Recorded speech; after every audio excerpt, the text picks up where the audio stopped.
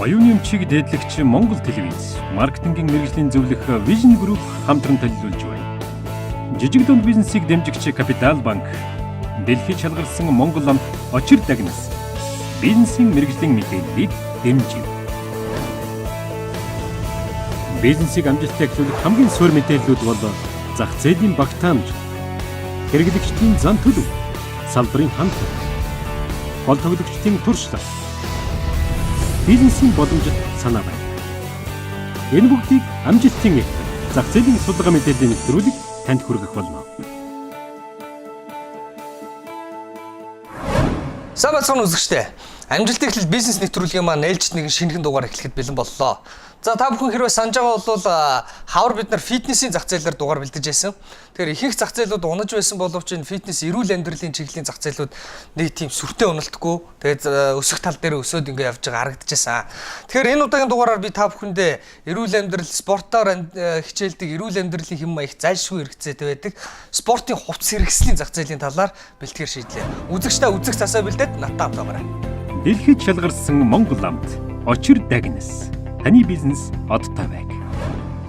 За үзэгчдээ бүгдээ спортын хувцас хэрэгслийн зах зээлийн талаар ярилцах чинь. За тэгэхээр ерөнхийдөө бид нар энэ зах зээлийн мэдээллийг бэлтгэхдээ бол бүртгэлтэй зах зээлийн талаар ярина. За тэгэхээр сүүлийн 3 жилд импортлсон спортын барааны нийт үнийн дүн бол 2013 онд $849, 2014 онд $9.1, 2015 онд $855 сая ийм хэмжээнд бүртгэгдсэн байна. За яг хөө тэгээд балансын хувьд их биш ч гэсэн тодорхой хэмжээнд бас 14-өөс 15 онд баг зэрэг унсан харагдаж байна. Үнийн дүнгээр харахад бол. За тэгэхээр ингэж импортлогдсон дүнгээсээ нөгөө спортын хэрэгсэл гэж бий. За энэ дотор бол одоо нөгөө арабик дэвсдэг гудас тийм ээ дандаа жижиг сайжиг зүйлсүүд орж байгаа. За одоо нөгөө тоног төхөөрөмжүүд тийм ээ. За гутал гэж байна. Одоо нөгөө пүүзнүүд, кетнүүд, за хувцас гэж байна. За тэгэхээр эндээс нь харах юм бол 13 онд нийт импортлогдсон спортын хувцас хэрэгслийн дүнд бол 34% нь хувцас, 46% нь гутал, 20% нь хэрэгсэл байсан бол 14 онд болохоор 33% нь хувцас, 43% нь гутал, 24% нь хэрэгсэл байжээ. 15 оныг аваад харах юм бол 29% нь хувцас, 41% нь гутал, 30% нь хэрэгсэл. Иймэрхүү бүтцтэй байна. Тэгэхээр бүтцийн хувьд бол ерөнхийдөө хэрэгслийн импортын хэмжээ ялгүй нэмэгдээд хувцас ялгүй үнийн дүнгээр буурсан гэж байна. Харин тоо хэмжээгээр навж үзэх юм бол 2013 онд бүртгэгдсэн нийтдээ 305.5 мянган ширхэг бүтээгдэхүүн бүртгэгдэж оржсэн. 2014 онд 348.8 мянган бүтээгдэхүүн байгаа бол 15 онд 364.2 мянган ширхэг болж өссөн байна. Тэгэхээр тоо хэмжээний үед өссөн үнийн дүнгийн үед ялгүй буурсан гэдэг бол ерөнхийдөө тийм хямд үнэтэй жижиг хэрэгслүүд хувцас хэрэгслүүд маань ихээхэн орж ирдэг болсон гэсэн ийм зах зээлийн бүтэц харагдаж байна. За тоо хэмжээнийхээ талаас нь аваад үзэхээр 13 онд бол нийт импортлогдсон бүтээгдэхүүний бол 47% нь хувцас, 36% нь гутал, 17% нь хэрэгсэл байжээ. Тоо хэмжээний хувьд өөрөлдвөл цөөн тоо хэмжээ одоо хэрэгсэл байж. За 14 онд бол 37% нь хувцас, 35% нь гутал, 27% нь хэрэгсэл болж одоо хэрэгсэл маань 17 байж байгаа 27 болтол өссөн байна. За ингээд 15 онд 37% нь хувцас, 27% нь гутал, 36% нь хэрэгсэл. Өөрөөр хэлбэл нөгөө гутал пүүзний тоо хэмжээ маань нийт бараа бүтээгдэхүүн дотор эзэлж байгаа тоо нь буураад нөгөө хэрэгслийн тоо маань нэмэгдээд явсан. Ийм зах зээлийн онцлог харагдаж байна. За тэгэхээр спортын хувцас хэрэгслийг манай улсад ерөнхийдөө хаанаас голдоо импортлж байна вэ гэж. За тэгэхээр Сингапураас 20% нь, Солонгосоос 19%, Хонконгоос 17%, Хятадаас 10%, Германаас 7%, бусад улс орноос 27% импортлогддог байна. Тэгэхээр ерөнхийдөө энэ бол нөгөө бүртгэлтэй зах зээл учраас нөгөө голдуухан оригинал брэндүүдийн борлуулалтын асуудал яригдж байгаа. Тэгэхээр зэрэг энэ дотор нөгөө хятадын эзлэх баг байгаа нь аргагүй. Харин нөгөө бүртгэлгүй зах зээл нөгөө гахаан чихэд РНР замын дээр ороод ирдэг бараа бол мэдээж хэрэг асар их тоо хэмжээгээр байгаа. За спортын хувцас хэрэгслэр тэргүүлэгч брэндүүдийг бид нар гаргаж харж ирж байна. За тэгэхээр спорт аяны хувцсны салбарт зах зээлийн Монголын зах зээлийн 11%-ийг нь Adidas, 11% нь Columbia, 5% нь Nike эзэж байна гэсэн тооцоо байна. Бусад брэндүүд 69% эзэлж байгаа гэсэн иймэрхүү тооцоо бидний хувьд байна. За тэгэхээр үзэгчдээ бүртгэлтэй зах зээлийн хувьд бол нэг 9.1 сая доллар буюу одоо борлуулах дүнгээр нь авч үзвэл нэг 30-40 тэрбум төгрөгийн зах зээл байгаа юм шиг харагдаж байгаа. Гэхдээ бүртгэлгүй зах зээл буюу одоо нөгөө лангуун дээр явагддаг юмнуудыг харьцуулаад харбал за Монгол улсын ялангуяа бэлэн хувцсны ийм салбарын хувьд бол баг 10% нийл 90% далд явдаг гэсэн манай компани ерөнхий тооцоо байдаг. Энэгээр харж үзвэл яг бодит утгаараа бол 300-400 тэрбум төгрөгийн зах зээл байх боломжтой боловч бүртгэгдсэн байдлаараа бидний хувьд бол нэг 40 орчим тэрбум төгрөгийн зах зээл байна гэж харагдаж байна. За тэгэхээр үзэгч та бүхэндээ хэлэхэд ерөнхийдөө эрүүл амьдралын хэм маяг нэлээд зөнхлөх болсон сүүлийн жилүүдэд ялангуяа энэ спортын хувьц хэрэгсэл, спортын клубүүд, энэ фитнес клубүүд гэдэг энэ зах зээлүүд бол ерөнхийдөө их ээлтэй байгаа. За эдийн засгийн хүнд үед ч гэсэндээ унахгүй, унсан ч маш бага хэмжээтэй унж байгаа ийм салбар байгаа да. Тэгэхээр зах зээлийн багтаамжийн хэсгээ ингээд энэ түрээд өндөрлж байна. Одоо бүгдээрээ студид спортын салбарын хэн нэгэн хүнтэй уулзаж та бүхэнтэйг энэ спортын хувьц хэрэгслийн салбар маань нөөгийн байдалд ямар байгаа, өмнө ямар байсан гэж сонирхолтой яриаг өрнүүлэх болно. Жижиг дунд бизнесийг дэмжигч Капитал банк хамтдаа хөгжицгөө. За үзэгчдээ тэгэхээр бүгдээрээ спортын хувьц хэрэгслийн зах зээлийн багтаамжийн талаар ярилцлаа. Тэгэхээр энэ салбар маань хэр хөгжиж байгаа, өмнө ямар байсан, одоо ямар байсан, хэрэглэгчд маань ямар хэрэглээтэй байгаа вэ? Ер нь яаж хэрэглэж, яаж сонгох ёстой вэ талаар бүгдээрээ салбарын чухал зочинтой ярилцдаг. Тэгээд манай студид дэлхийн аваргын мөнгөн медальтай Аз ТV аварга Монгол улсын гавьяа тамирчин Үүтүм Ахман ирсэн байна. Сайн байна та? Сайн байна уу? За, урилга хүлээж авч ирж оролцож байгаад баярлалаа. За баярлалаа. Та бүхэнд бас энэ өдрийн мэндийг хүргэе. За тэгэхээр үеийнхаа энэ бид нар өнөөдрийн дугаараар спортын хувьц хэрэгслийн зах зээлийн нөхцөл байдлын талаар ярилцж байгаа. Тэгэхээр та тамирчин хүний хувьд нөгөө анх одоо юу гэдэг та бэлтгэл хийж эхэлж яах жаахан хүүхд байхын үеийн ч юм уу те харьцуулахад тэр спортын хувьц хэрэгслийн нөхцөл байдал ер нь тухайн үед ямар байсан, одоо ямар байна? Ер нь цаашдаа ямар болох юмцтай байна таны бодлоор? Ер нь бол миний одоо бодлоор их юм бол одоо мэдээж би тамирчин яг дөнгөж тамирчин болж эхэлж байгаад бол мэдээж хувьц сонор олдохгүй нэг найзхан кейтиг дамжуулж өмсдөг хөлс гаргадаг хувцсыг дамжуулж өмсдөг тийм л байсан шүү дээ. Яг ийм одоо брендийн ориг тийм хувцс бол одоо бидэрт бол олддгүй байсан. Хэцүү байсан. Одоо бол хамаагүй бүх юм элбэг дэлбэг болчлоо. Одоо жинхэнэ чирж гэн, хулхан чирж гэн янз янзын зөндөө байна шүү дээ. Энээс л маш зөв сонголттой байж өмсөх хэрэгтэй. Тэгэхээр ингээд бэлтгэл хийж байхад энэ хувцс хэрэгслийн одоо нөлөө ер нь хэр байд юм бэ? Ер нь хувцс яг ингээл одоо тамирчин яг сагаан тэмцээнд бэлдэж байхад бол нэг богиндцсан хувцстай эвгүүлэхээр задарчих гад байдаг ч юм уу тийм ээ. Тэгээд багтцсан ч юм уу, томдсон тийм хувцс өмсгөл бол ялгаа авахгүй тамирчин нөлөөлнө, амжилтанд нөлөөлнө юм чинь. Яг сайхан таарсан ориг хувцастай бол хөлс гаргаж хөлсний хувцсанч тэр бэлтгэлийн хувцсанч тэр яг таарсан байх юм бол хүнд бол амжилтны хүртэл аюу нөлөөлнө гэж боддог би. Энэ бүр байх хэвээр асуудал.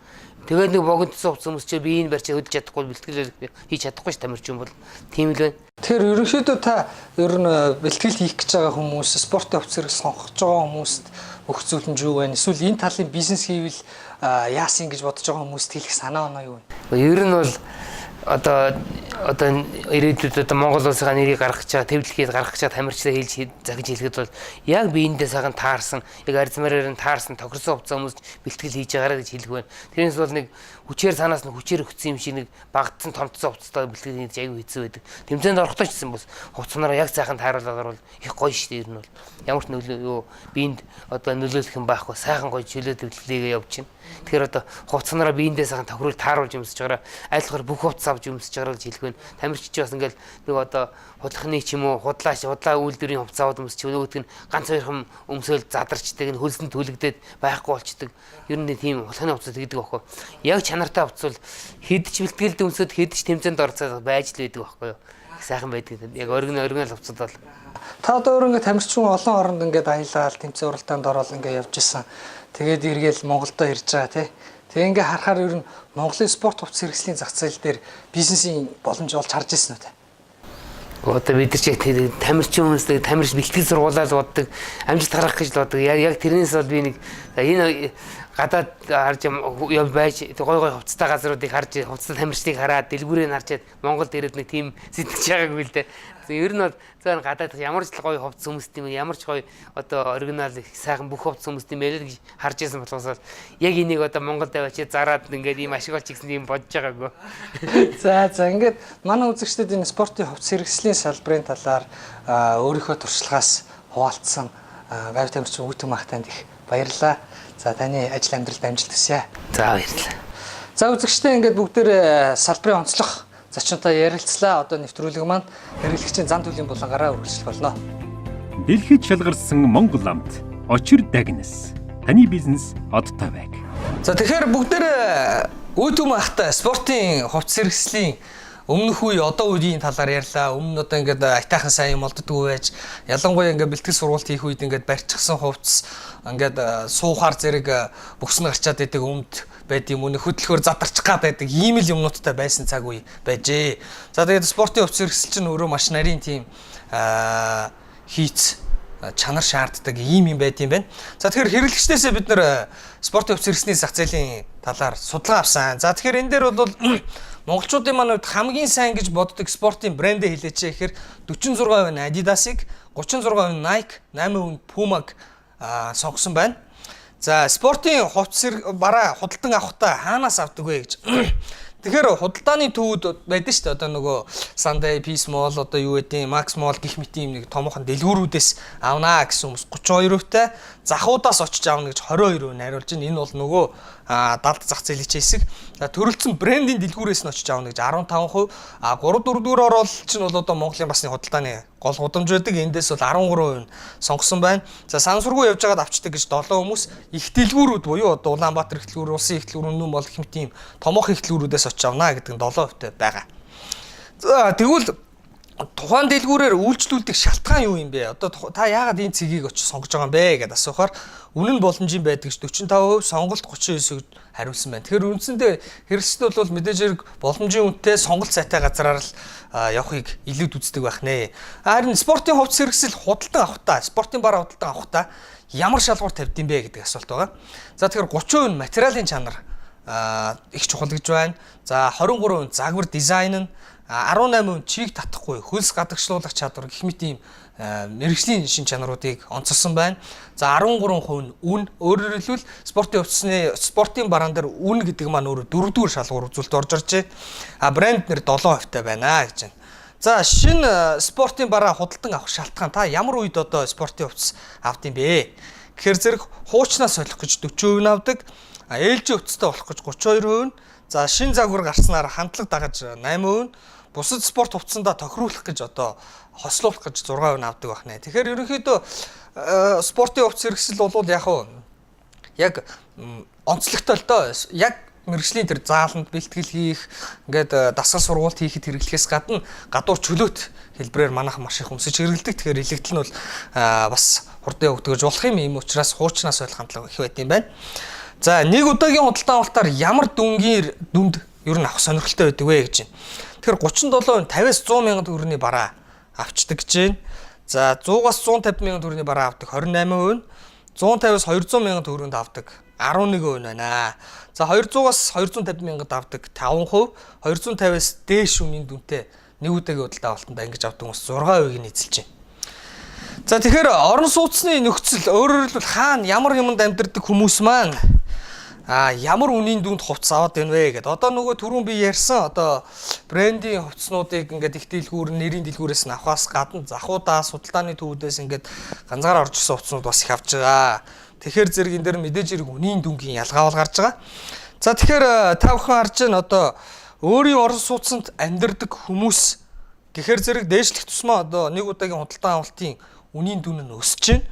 За ялангуяа 500-аас дээш худалдан авалт хийдэг 450-аас 500 мянган худалдан авалт хийдэг хүмүүс дотор бол энэ өөрийн орон сууцнд амьдардаг хүмүүс маш ихээрээ байгаа. За яг ерөнхийдөө ингээд доошлохороо зэрэг үнийн дүн нэг удаагийн худалдан авалт буураад ирэхээр хашаа башинд амьдардаг хүмүүс энэ төр маань нэг удаагийн худалдан авалт хэмжээнд буурч байгаа ийм хандлага.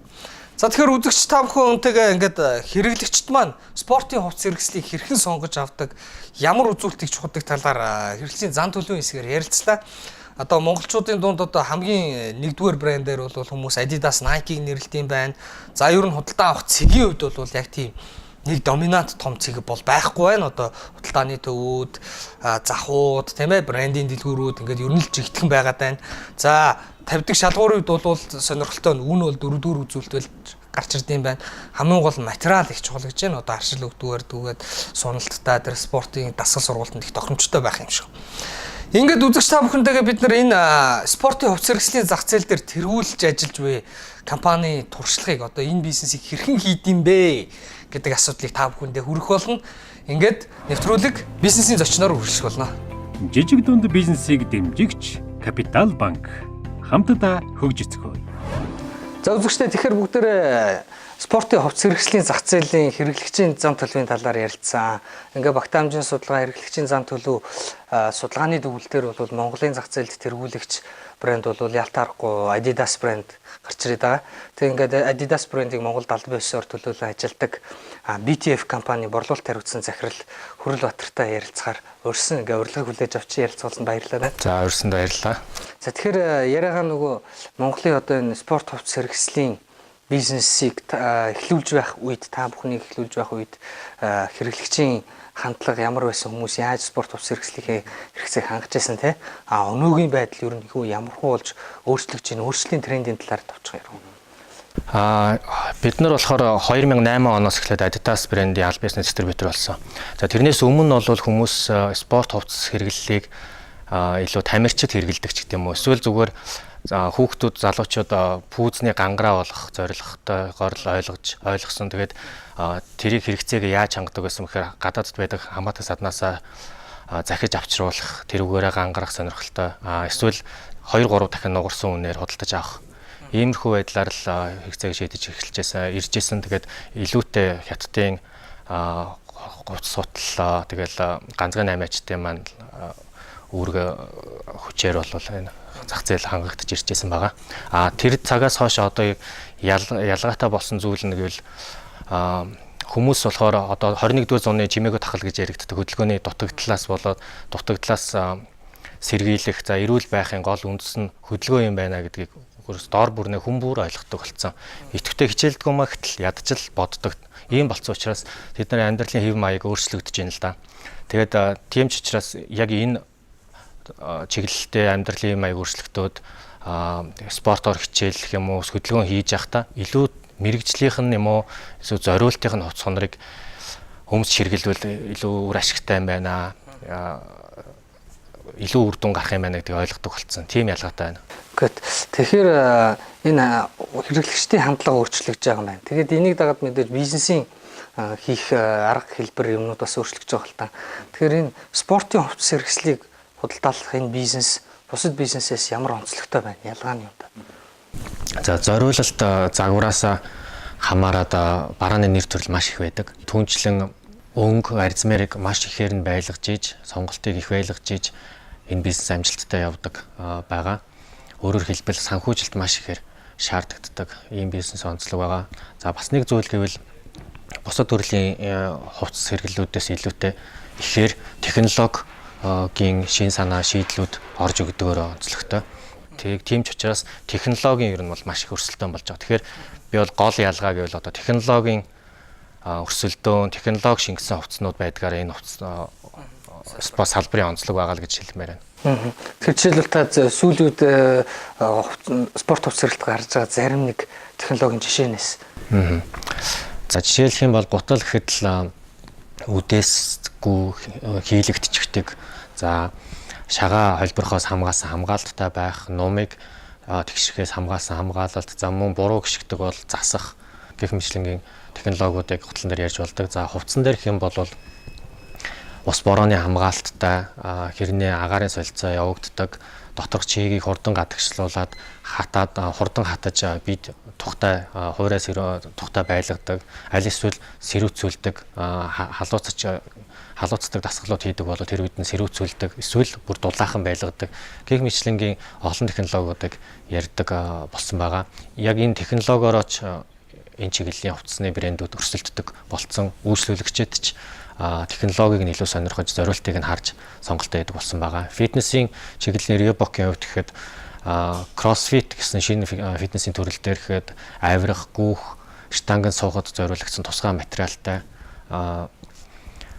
технологитой ийм хувцснуудыг хийдэг болсон байгаа. Тэгэхээр Adidas брендийг за энэ спортын хувцас хэрэгслийн энэ зах зээл дээр энэ BTF компани гаргасан зах зээлийн амжилтын тулгуур хүчин зүйлс нь юу вэ? Юунд одоо маркетингийн гол арга хэрэгсэлч гэх юм уу те? BTF компани зөвхөн Adidas, Reebok брэндүүдээр хязгаарлагдахгүй Levi's, Jack Wolfskin, Crocs, PDP, Z Generation гэх мэтлэнгийн дэлхийд нэртэй олон брэндүүдийн аль биесны дистрибьюторээр ажиллаад бас цөөнгүй хэдэн жилиг үүдлээ тодорхой хэмжээнд туршлага хуримтлуулсаар яваа, суралцсаар байгаа ийм компани. Тэгэхээр яг энэ спортын зах зээл, хувцсны зах зээл дээр амжилт гаргасан зүйлийг бол хэд хэдэн хүчин зүйлтэй холбож ойлгож болох байх. Нэгт энэ брэндүүд маань өөрсдөө дэлхийн том брэнд учраас бид нарт бас маш их тийм тус болсон. Хоёрт бол бидний хувьд бол яг олон улсын стандартад нийцсэн дэлгүүрүүдийг том талбайтай, зориултын тавилгатай, гэрэлтүүлэхтэй ийм дэлгүүрүүдийг зөв байршлуудад нээсэн маань бас нэг амжилт тийм үндэс гэж бодож байна. За гуравт бол барааны өргөн сонголтыг бид нар улирал бүхэн шинжилж идэг. За бас нэг зүйл яг биднийг сонгож байнга үйлчлүүлж идэг үнэн үйлчлүүлэгч нар маань бидний амжилтын бас маш гол үндэс суурь байгаа. За энэ маань бас нөлөөтэй ах мөн бид нар харилцагчийн үйлчлэгээ сайжруулах дээр нэлээд анхаарч худалдааны зөвлөхүүдтэй сургалтуудыг тогтмол хийж идэг. Энэ мэтлэнгийн зүйлсүүд бол амжилтын үндэс байсан болов уу гэж бодож байна.